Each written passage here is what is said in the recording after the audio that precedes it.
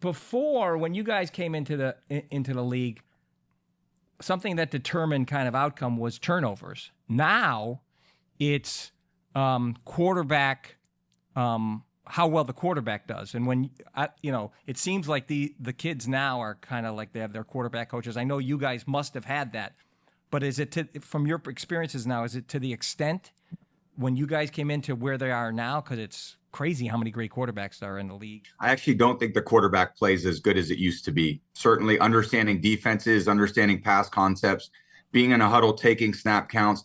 I used to walk into the meeting rooms with, on a Tuesday, of 50 plays that I wanted in the game plan. I'd be hard pressed to think there's any quarterbacks that go in there, maybe one or two, that go in there with actual plays of what they want. That you came up with. Yeah, that I came up with, that I were part of our plan, that Peyton did the same thing. There's a lot of guys that we play with that really understood what quarterback really meant. I think the lack of development in college football.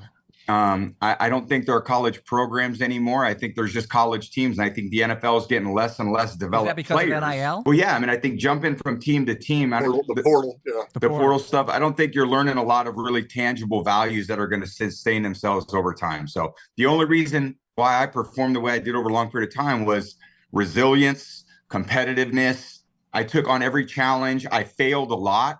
I didn't have my parents there to save me. I overcame a lot of those things. Right, I gained a lot of self-confidence from overcoming them. And it's a very different era right now, even since the 2011 collective bargaining agreement, where the players, didn't have much time in the facility in the off season. The two-a-days got taken away. And some of those are for good reason. I'm sure there was important reasons why those things were done, but sometimes the pendulum swings too far one direction. So before we go too far down the line, I thought we were playing chess, and I think a lot of the guys now are playing checkers. Do you think that's the same for every position? You think every position's kind of struggled in development? You think that's true, Peyton? Tom played 4 years in Michigan. He had the same head coach, same offensive coordinator, came out of that program, and then, obviously because of his consistent play, played in the same system for basically his entire career in New England. He had 3 different coordinators, Charlie Weiss, Josh McDaniels, O'Brien, but it was the same system, right? But he earned that respect, and he earned that consistency and continuity. That's how you develop. And it's just tough when I feel for NFL quarterbacks, Ari, that get drafted and they have 6 different coordinators in 6 years. That's hard to develop. And now that's happening in college. I mean, you saw the guys that got drafted this year. A lot of them went to 3 different colleges. Right. It's hard to really develop. I mean, I played for the same coordinator at Tennessee, David Cutcliffe. Did you move that coordinator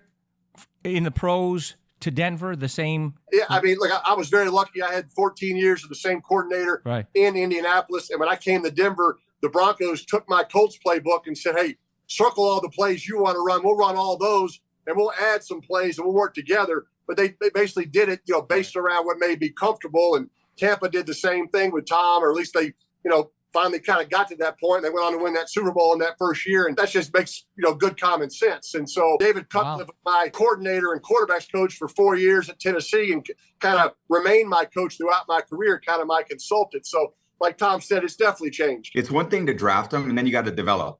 Right. And the more important to me is develop. And we had, I think, the most overrated weekend in the NFL calendar, the NFL draft, because 95% of these guys won't make meaningful contributions in their first year. Most of these guys are going to meaningful contributions in 2026 season. So I think this is all about where you're drafted. And to me, what do you do on day 2? When you wake up and you go, okay, this is what my routine is for the day. How am I going to prepare myself as I continue to get stronger, as I learn a playbook, and as I develop a winning competitive attitude every single day, because all those choices matter for everybody on a daily basis. Well, what's the difference in development now compared to when you guys came into the league? The off-season program would start around mid-March. When I first started, we had a week-long quarterback school, which was quarterbacks, centers, offensive coordinator, quarterback coach, head coach. We'd meet for 8 hours a day, 40 hours in 1 week, understanding all the defenses, all the offensive pass protections, all the run plays, all the checks,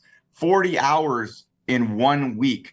That would lead into a 12 or 13 week off-season program, 15 off-season practices.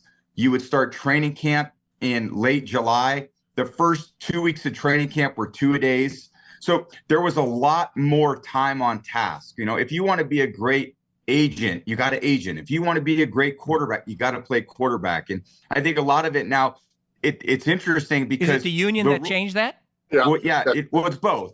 It's both. I think the rules that changed in the pros then trickled down to college. Okay, no more two-a-days, limited offseason. Then it trickled down to high school. So the high school players were less developed, the college players were less developed, and the pro players are being delivered less developed. So, and that part, now all the coaches are scrambling. Oh my God, what can we learn in a short period of time? Let's do that so we don't get fired. We don't get fired. We got a chance. So now it's much more of the pro game is reflecting the college game rather than the college game trying to reflect the pro game. Well, now that you're an owner, you got to figure that out now, right, Tom?